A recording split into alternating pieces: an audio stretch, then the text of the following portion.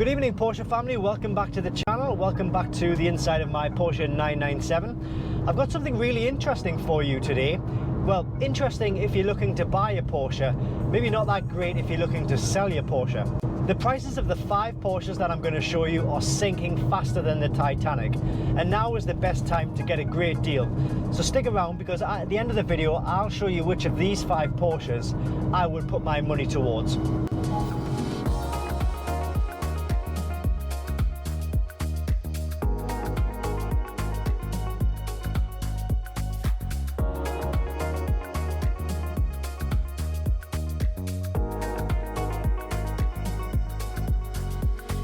Now, of course, it's not always as simple as this video would probably make out, because there are a lot of factors at play. Things like age, condition, mileage, specs, service history, location. But there are great deals out there to be had. And the prices that I'm going to show you now, these prices should have been placed on these cars probably a good 2 or 3 years ago. But COVID obviously slowed down the rate of depreciation. It is what it is. So car number 1 is the Porsche 911-991 Carrera S. The 7th generation 911 entered production in 2012 and finished in 2019. An all-round better car than the previous generations, depending on how you look at it. Brought a bigger car, new lines, lovely wide hips, stealthy interior and brilliant performance. Now, prices of these cars around the COVID time were hanging around £55,000 to £60,000 at the bottom end, but not anymore. There's a plethora of these cars on the Auto Trader from around about £44,000. Super great cars. I've had 3 of them. I can't stop looking at them for some reason. I'm tempted to go and get another, but it would have to be a GTS for me. But they will attract a higher price, probably from around £70,000. But for the Carrera S, from around £44,000, that represents a great deal, and prices on these cars are sinking fast. Okay, so next up is the Porsche 718 Boxster and Cayman, a car that sent the purists into a kill frenzy when Porsche announced they were changing to a 4-cylinder turbocharged engine.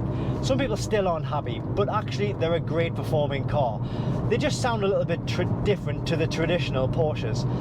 The Cayman is currently coming in at about £30,000 for a high mile model, lower mileage options from around about £33,000. For the Boxster variant, around about the £30,000 mark for the higher than average mileage, but not monumental miles. There's a lot of crossover pricing from the 718 to the 981 cars, and for me the flat 6 cars in the 981s is just a better car. But who am I to tell you what you should be doing with your money? Some people literally don't care what engine is installed into their car. They just see it for what it is, a good, fun sports car that drives really well and puts a smile on your face. So car number 3 on the list is the 981 GT4s. Now, the GT4s are a little bit different to the GT3s in that the GT3s will hold their value a lot better. That's not to say that the GT4s won't hold their value in future, but this is the 1st generation GT4, so no one really quite knows where to price it. But they are available for a super low price. You know, a couple of years ago, the GT4s were holding their price firmly, solidly, at around about £75,000. Well, things have changed a couple of years later. The 981 GT4 is a super well-balanced car. It looks mean, it looks aggressive. It feels every bit the race car for the road, and right now you can pick one up for around about £60,000. Yes, if you look at the list that I've got on screen now, the top of the list, the £60,000 car, is a previous insurance write-off. But even if we look below that, the next one's coming in at £62,500, which for me represents unbelievable value for a Porsche GT car. The prices of these cars do seem to be coming down, so it's definitely one to watch in future. But knowing that they've come recently from 75 down to 60-ish is a step in the right direction for anybody wanting to get into a GT Porsche. Now, next up is another 911 variant. This is the latest 992 generation. Prices of the 992 generation cars have been horribly high for a number of years. I know they are the newest generation, but they've still stayed longer than you would have expected, longer than the previous generations have, to the point where even though I'd like one of these cars, I'd still refuse to buy one at this price point. It's just still too high. Having said that, they are coming down in price and they are starting to represent a little bit better value for money. The base model Carreras are currently coming in at just under £84,000 and the Carrera S models are coming in at around about £87,000 or just under. Still high for these cars, but low for these cars considering where they've previously been price-wise.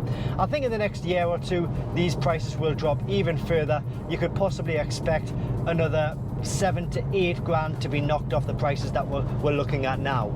Well, that's just my expectation and my prediction. Don't hold me to that. And last on the list, number 5 is one for the family. It's the newer 3rd generation Porsche Cayenne. I know, it was always going to happen with an SUV, but I do love the new Cayenne and that's why it's made it on the list, especially the coupe versions. They turn heads like any other Porsche on the road. And considering these cars are from 2018 onwards, the prices for these cars are actually quite good. You can find one from around, and there's quite a few as well, from around £41,000. These cars over the past couple of years have taken a huge drop, and I mean absolutely monumental drop. It's to be expected. They aren't the cream of the crop, they aren't what Porsche is sort of well known for, but they are Porsche's biggest selling vehicle. Well, they were last time I checked about a year ago. These cars are full of tech, they look great, they have outstanding performance, and the whole family can fit in. They've got so much space, they're like a TARDIS in there. A shout out to the coupe model though, you will pay a bit more for those, round about £57,000, but yes, even those prices are coming down as well.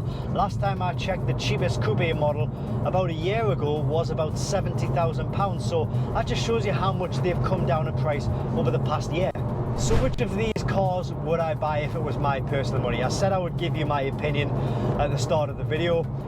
Well, which car is best value for money?